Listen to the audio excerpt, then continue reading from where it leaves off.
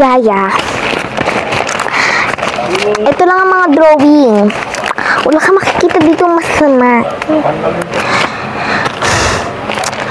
Ito lang ang dinrawing mo. Baka namamalik mata ka lang. Hindi siya marunong mag-drawing ng bad. Dahil tinuruan ko na siya. Baka namamalik mata ka lang, ya. Sige na, ya. Stop natin. Baka namamalik mata ka lang. Kita mo, ito lang.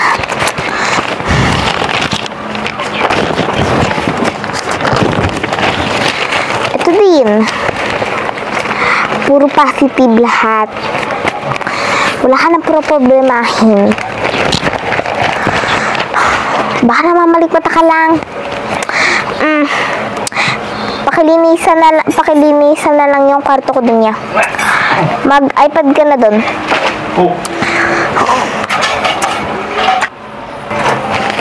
Ma'am, may nakita po ako. Ito po, drawing niya po. Suto na po ito, ma'am. Siya po talaga ang drawing nito. Ito po,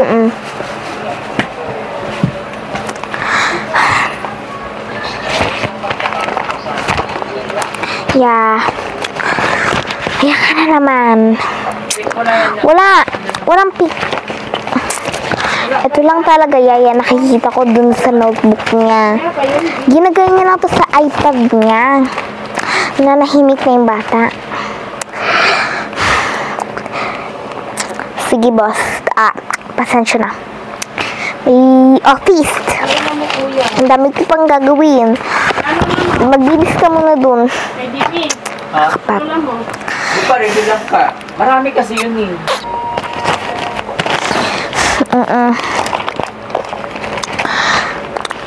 Dapat mamaya mapalis na yung Yaya na yun. Kailangan nandito na siya. Sige, magtulog na ako.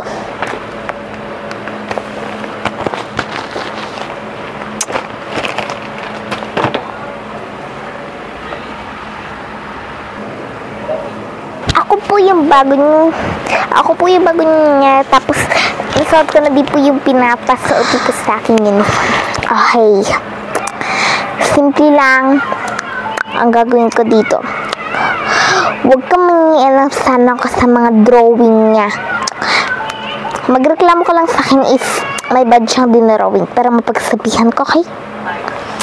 Sana huwag kang matulog doon sa first kong Yaya. Pinagkamalan pa naman ako. Hello, yes. Yes, I do.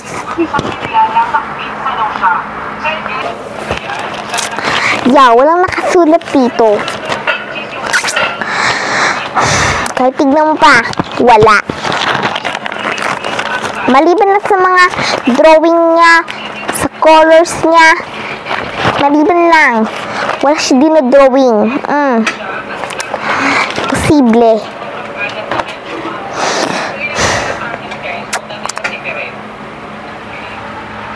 Eh, anong tingin mo sa Pepe? Iway naman talaga yan. Ano ito? Ano ito? Pagbabaeng hitulog sa bangin. Sinasakal na umiiyak. Yeah? Patapon na lang ng notebook na to. Bibili na lang ako. Wala pa!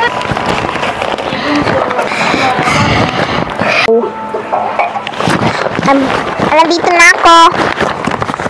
Bumili ako sa damit. Tapos, nandito na din yung notebook na bago. Tapos,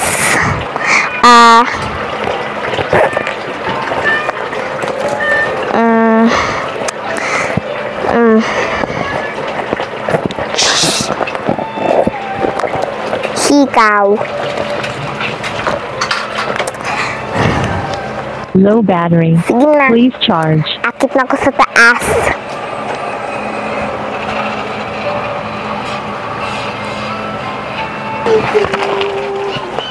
Kapagod.